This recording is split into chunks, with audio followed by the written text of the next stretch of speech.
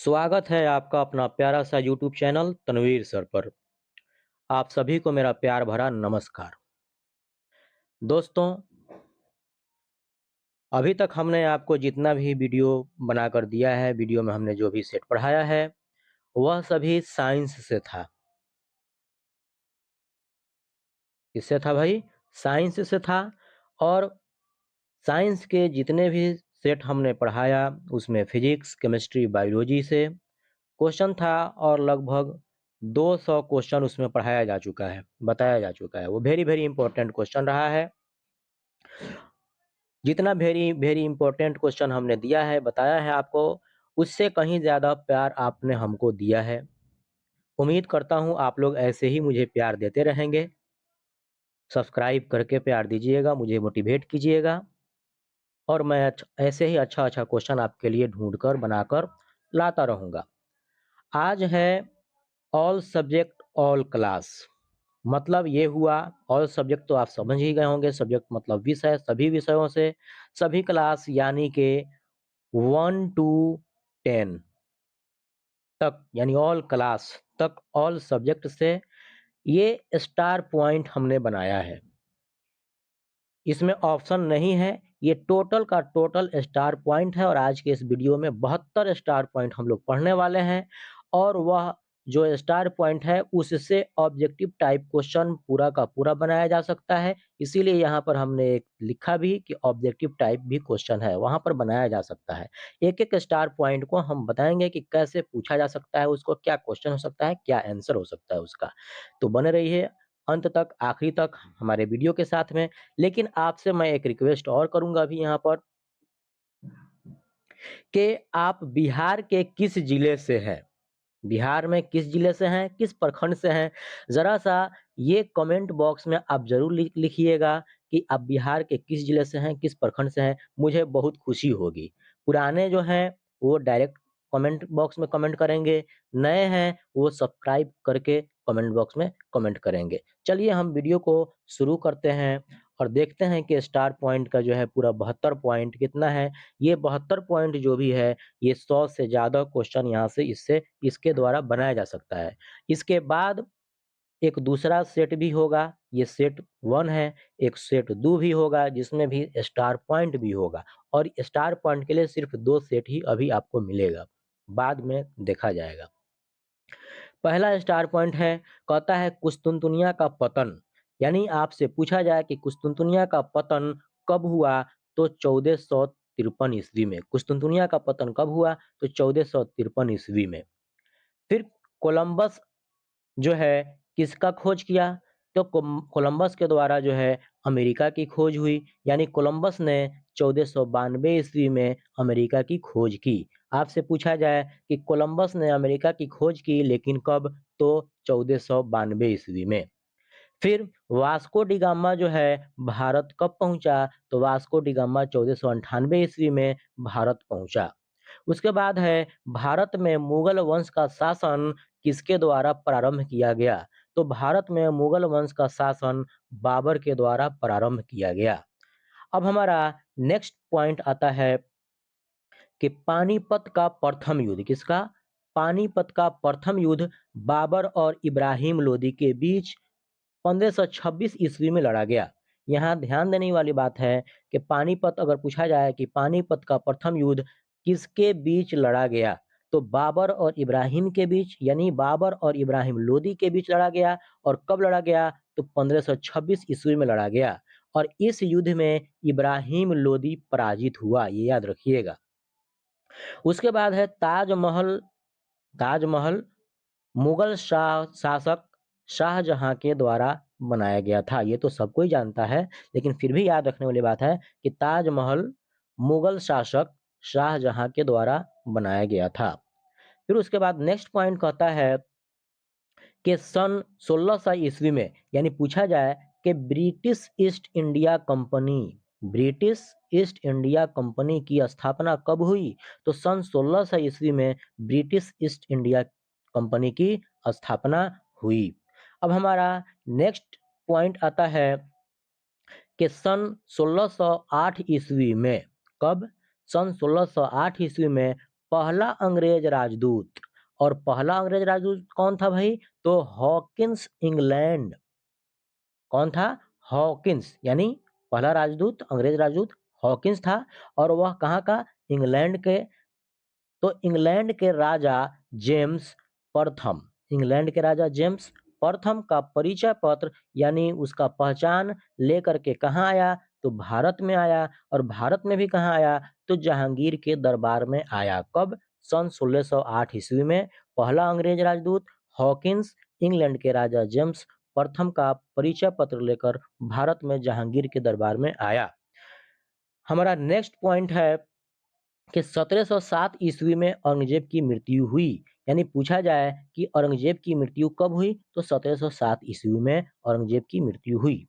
फिर उसके बाद पूछा जाए कि 1757 ईस्वी में अंग्रेज और सिराजुद्दौला के बीच पलासी की लड़ाई लड़ी गई। इस युद्ध में अंग्रेज विजयी हुए। यानी आपसे पूछा जाए कि अंग्रेज और सिराजुद्दौला के बीच पलासी की लड़ाई जो लड़ी गई वह कब लड़ी गई थी? तो 1757 ईस्वी में लड़ी गई थी। या आपसे पूछा जाए कि पलासी की लड़ाई किसके बीच और कब लड़ी गई थी? तो सीधा-सीधा हम कहेंगे कि 1757 ईस्वी में अंग्रेज और सिराजुद्दौला के बीच प्लासी की लड़ाई लड़ी गई।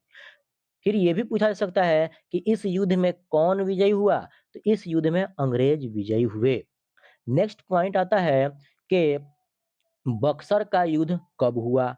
तो बक्सर का युद्ध 1764 ईस्वी में हुआ। यानी 1764 ईस्वी में बक्सर का युद्ध हुआ।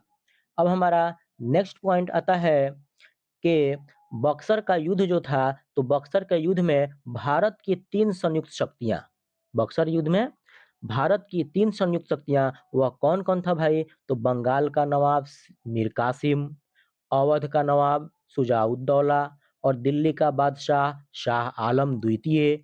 ये तीनों एक साथ थे। और दूसरी तरफ कौन थे? अंग्रेज थे। ये याद रखिएगा। किसमें? तो बक्सर के युद्ध में भारत की 3 संयुक्त शक्तियाँ बंगाल का नवाब मीर कासिम, अवध का नवाब शुजा-उद-दौला और दिल्ली का बादशाह शाह आलम द्वितीय एक साथ थे और दूसरी तरफ अंग्रेज थे। फिर नेक्स्ट है कि बक्सर के युद्ध में अंग्रेज विजयी हुए। याद रखिए, बक्सर के युद्ध में कौन विजयी हुए? तो अंग्रेज विजयी हुए। नेक्स्ट पॉइंट है भारत का संविधान एक संविधान सभा के द्वारा बनाया गया। याद रखिएगा, भारत का संविधान एक संविधान सभा के द्वारा बनाया गया। अब हमारा नेक्स्ट पॉइंट आता है कि भारत का संविधान कब बना? तो भारत का संविधान 26 नवंबर 1949 ईस्वी को बना। नेक्स्ट पॉइंट, भारत का संविधान कब लागू हुआ? तो भारत का संविधान 26 जनवरी 1950 ईस्वी को लागू हुआ। नेक्स्ट पॉइंट आता है कि संविधान को बनने में कितना समय लगा? तो संविधान को बनने में 2 वर्ष, 11 माह और 18 दिन का समय लगा।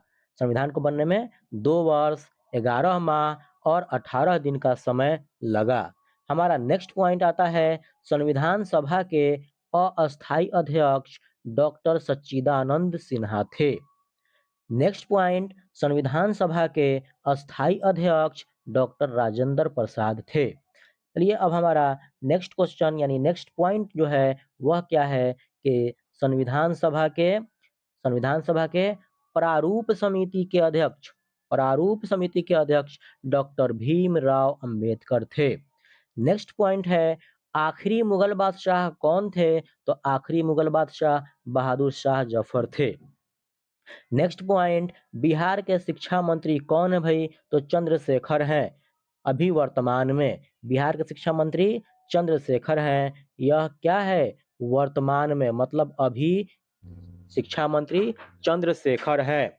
फिर बिहार के मुख्यमंत्री श्री नीतीश कुमार हैं। बिहार के मुख्यमंत्री कौन है अभी? श्री नीतीश कुमार हैं। फिर नेक्स्ट पॉइंट है कि भारत के प्रधानमंत्री श्री नरेंद्र दामोदर दास मोदी। क्या? श्री नरेंद्र दामोदर दास मोदी, ये पूरा नाम हो गया। और जो है इनका ये पूरा नाम हो गया, मतलब भारत के प्रधानमंत्री श्री नरेंद्र मोदी यानी श्री नरेंद्र दामोदर दास मोदी हैं। नेक्स्ट पॉइंट है भारत के राष्ट्रपति अभी वर्तमान में भारत के राष्ट्रपति श्रीमती द्रौपदी मुर्मू हैं। कौन? श्रीमती द्रौपदी मुर्मू हैं। अब हमारा नेक्स्ट पॉइंट है कि महात्मा गांधी का जन्म, इनका महात्मा गांधी का जन्म कब हुआ? तो महात्मा गांधी का जन्म 2 अक्टूबर 1869 ईस्वी, 2 अक्टूबर 1869 ईस्वी को कहाँ? तो गुजरात के पोरबंदर में हुआ। महात्मा गांधी का जन्म 2 अक्टूबर 1869 ईस्वी को गुजरात के पोरबंदर में हुआ। अब हमारा नेक्स्ट पॉइंट कहता है कि महात्मा गांधी 1917 ईस्वी में चंपारण के मोतिहारी में आए। महात्मा गांधी 1917 ईस्वी में चंपारण के मोतिहारी में आए। हमारा नेक्स्ट पॉइंट है चंपारण सत्याग्रह की शुरुआत।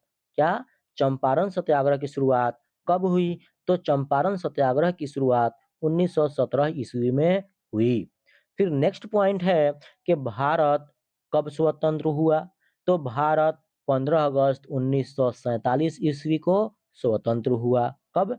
15 अगस्त 1947 ईस्वी को भारत स्वतंत्र हुआ। नेक्स्ट पॉइंट है भाई तराना वहदत के शायर। क्या? तराना वहदत के शायर तालुक चंद महरूम हैं। फिर नेक्स्ट पॉइंट है ईदगाह कहानी जो है उसका लेखक कौन है? तो प्रेमचंद, यानी कि ईदगाह कहानी को प्रेमचंद ने लिखा।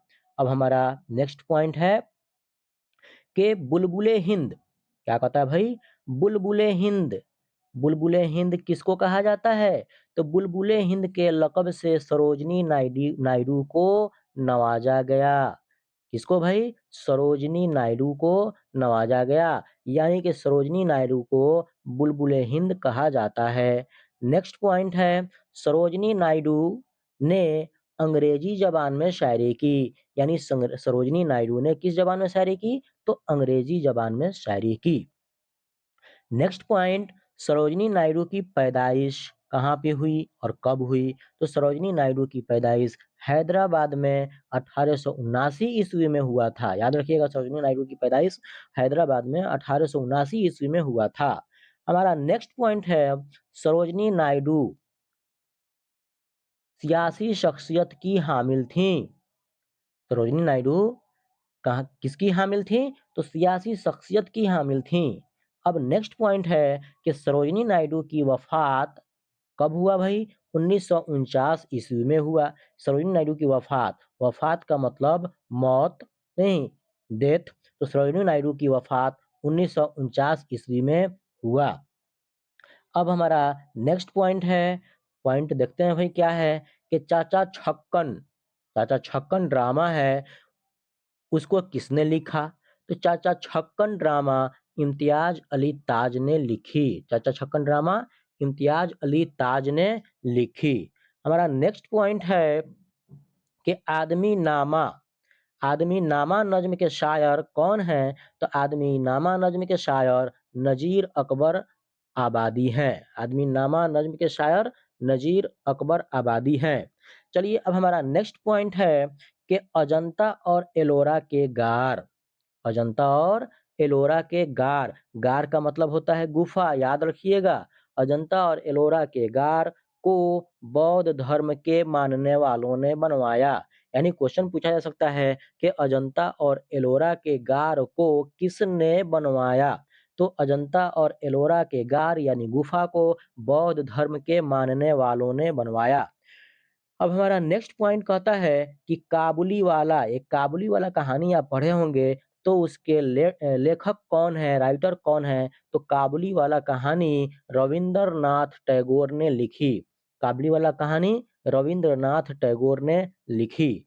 नेक्स्ट पॉइंट नजीर अहमद की कहानी, नजीर अहमद की कहानी मिर्जा फरहतुल्लाह बैग ने लिखी। नजीर अहमद की कहानी किसने लिखी? तो नजीर अहमद की कहानी मिर्जा फरहतुल्लाह बैग ने लिखी। नेक्स्ट पॉइंट है, पॉइंट देखते हैं भाई, कहता है रात और रेल नज्म, यह एक नज्म है। रात और रेल नज्म को किसने लिखा? तो रात और रेल नज्म को इसरारुल हक मिजाज ने लिखी।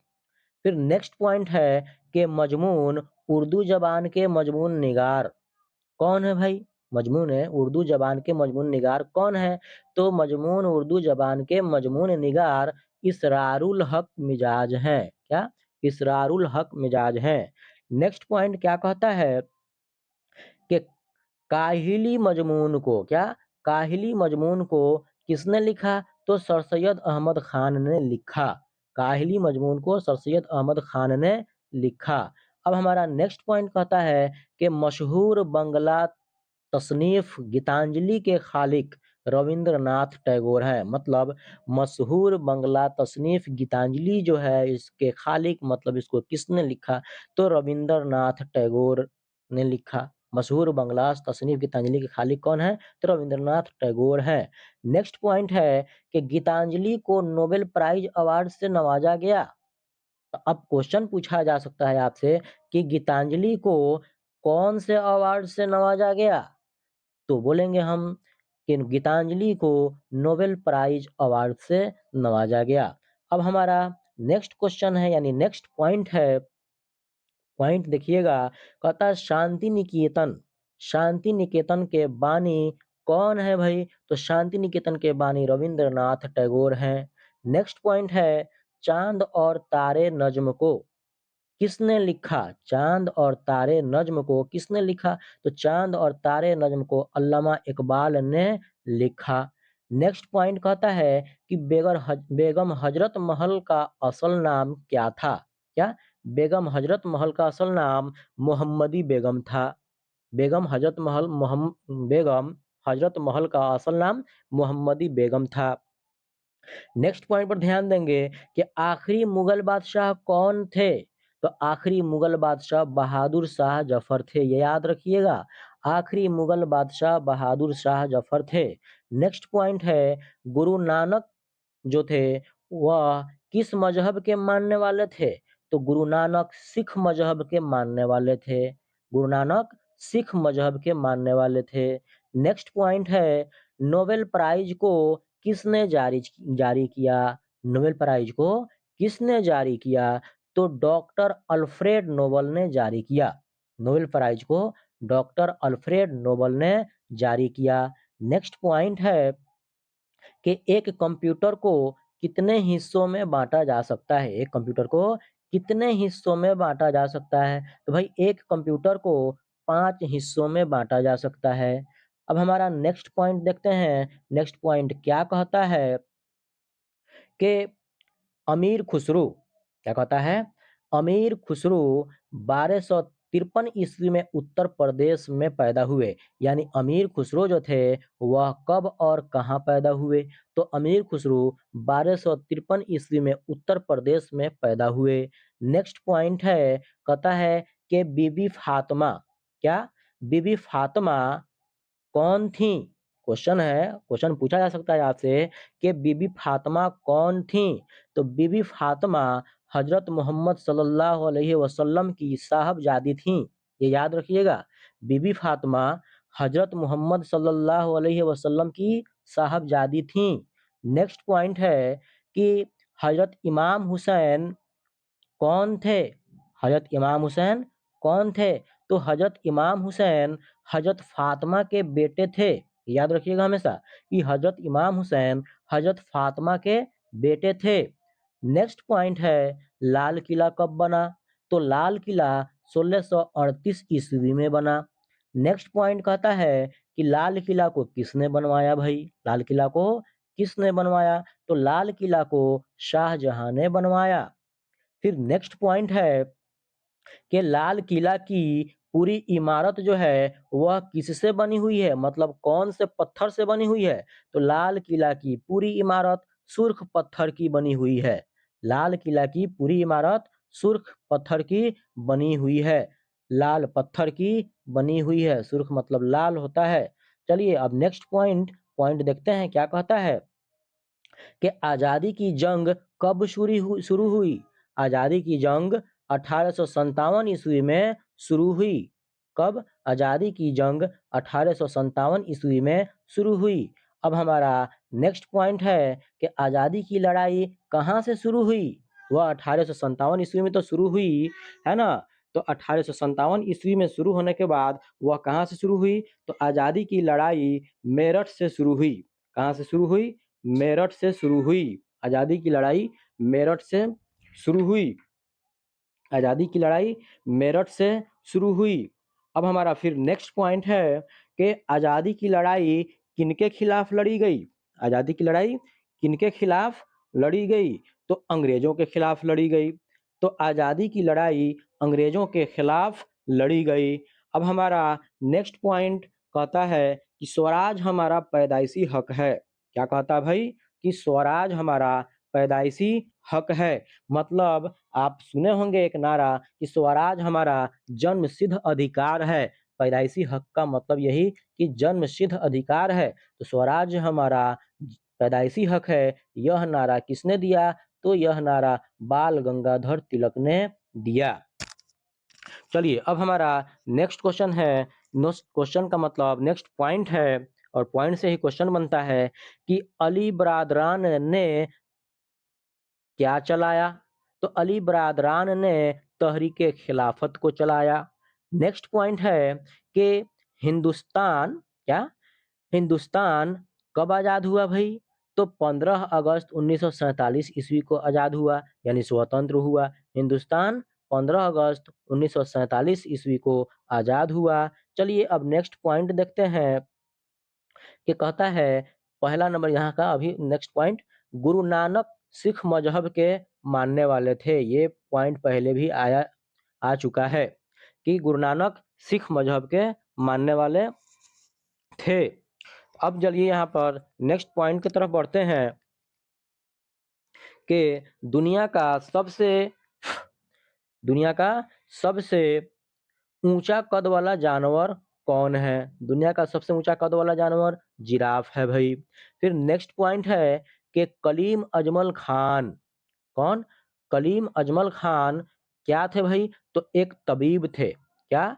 कलीम अजमल खान एक तबीब थे। तबीब का मतलब होता है डॉक्टर या हकीम, यानी कलीम अजमल खान एक तबीब यानी डॉक्टर या हकीम थे। नेक्स्ट पॉइंट कहता है कि हम्द में क्या बयान की जाती है भाई? तो हम्द में अल्लाह की तारीफ बयान की जाती है। हम्द में अल्लाह की, खुदा की तारीफ बयान की जाती है। नेक्स्ट पॉइंट है कि दो बैल एक कहानी आप पढ़े होंगे। तो दो बैल की कहानी किसने लिखी? प्रेमचंद ने लिखी। दो बैल की कहानी प्रेमचंद ने लिखी। और वह जो दोनों बैल थे उसका नाम क्या था? तो नेक्स्ट पॉइंट जो है, हीरा मोती दो बैल थे। हीरा और मोती दो बैल थे। नेक्स्ट पॉइंट है कि नज्म जुगनू। नेक्स्ट पॉइंट है नज्म जुगनू अल्लामा इकबाल की लिखी हुई है। नज्म जुगनू जो है वह किसकी लिखी हुई है? तो अल्लामा इकबाल की लिखी हुई है। चलिए आज का जो है यह सेट स्टार पॉइंट वाला समाप्त होता है और इसके बाद नेक्स्ट सेट होगा स्टार पॉइंट से ही दूसरा सेट होगा। उसमें भी 80 से ऊपर स्टार पॉइंट होंगे और ये काफ़ी इम्पोर्टेंट है।